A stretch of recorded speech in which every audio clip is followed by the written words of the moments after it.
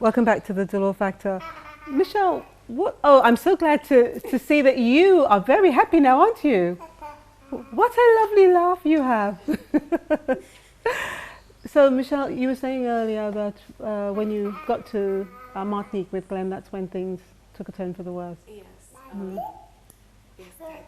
I know, I heard you. When I called Mummy, I heard you calling for Dada. I know. I know. You loved him a lot and he loved all his kids Yes. so much. He really did. That big love. Mm-hmm. Yes, so we were in Martinique. We had to be there, I think, 2 days before he actually went to do his scans. And during the time that we were there, I noticed that he wasn't able to sit up, to eat or to really talk or anything. He had to be assisted, in walking. There was even a point in time where I was asking whether I could get a wheelchair so we could rent to move him around because there was a park just opposite where we were staying, and he wanted to go to the park and he wanted to walk around to go near the water, and he just couldn't go. He had to sit in the room and look out the window. That was the furthest he could go, and it really hurt me that he couldn't move around. So I stayed with him as much as possible in the room. He wanted me, to get out there, get out there with Isaac, do a little shopping, do a little sightseeing, because we don't know when we're gonna be here again. Yes. And I tried my best, just to satisfy him, but it was really heart-wrenching for me. I didn't want to leave his side. All through his illness, I just knew that my place was by his side because I knew he needed me as much as I needed him. So I did, go out just to get food, but to come right back. Yes, and he was like, "What are you doing back here so soon?" I said, "I can't leave you for too long."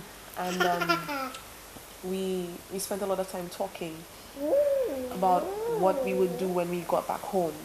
How we would handle the situation, and how we would talk to the children about what has really been going on. And in none of our conversations did we ever discuss what if you die now, or what if you die while we're here, because we were not catering for that. We were not thinking along the lines of him passing on. So it never entered our conversations. It was always about when we get back home. Yes. But then during the time that we were there and we went to do the scans, and we got the results back, and we had to schedule another appointment with the doctor back in St. Lucia, so he could tell us, where Glenn was at. And it was, I think, the very day we were supposed to come back home, that was the 6th of May, we noticed that he wasn't feeling well. He had another fever that he spiked, overnight. And he couldn't keep anything down. He couldn't really eat. He had trouble breathing. So that very morning, I think it was about after 7 in the morning, we decided to take him to a doctor to see him, to find out what was happening. And it was while there that the doctor examined him and said, "You're in no shape to leave. You cannot go back home. You're too sick to travel. So you need to do what you need to do to remain here. I'm going to write up something or speak to some people to let them know what your situation is, but you can't go back home." And that really hit me. That was so unexpected. It was sad. At the same time, I was grateful that somebody had taken such an interest in him to want to help. And she was willing to do it free of charge. And it was honestly, it was like a blessing. And I thank God for that lady. And as time passed on, we got closer to the time we were supposed to leave.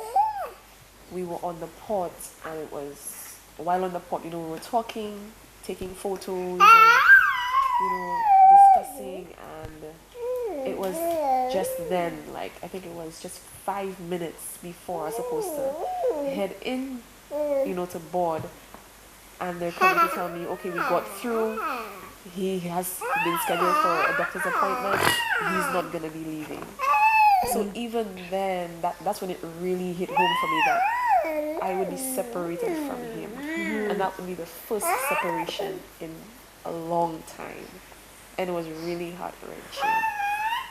I was emotional at that time. I didn't know what to do.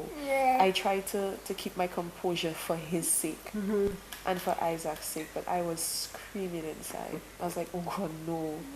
I need to be with him. I need to be with What him. did Glenn say at that point? Because he knew you were going. He had been praying this whole time that his prayer would be answered, that he would get to the medical attention that he needed, because we had been told that the doctors there would be able to take care of him, and he was praying that he would get through. And when he heard that he got that appointment, he was like, praise God. And then he looked at me and he saw my face and he's like, I don't want to leave you. I don't want to leave you. And he looks at Isaac and I'm like, Daddy loves you, but Daddy has to get help now. Yes.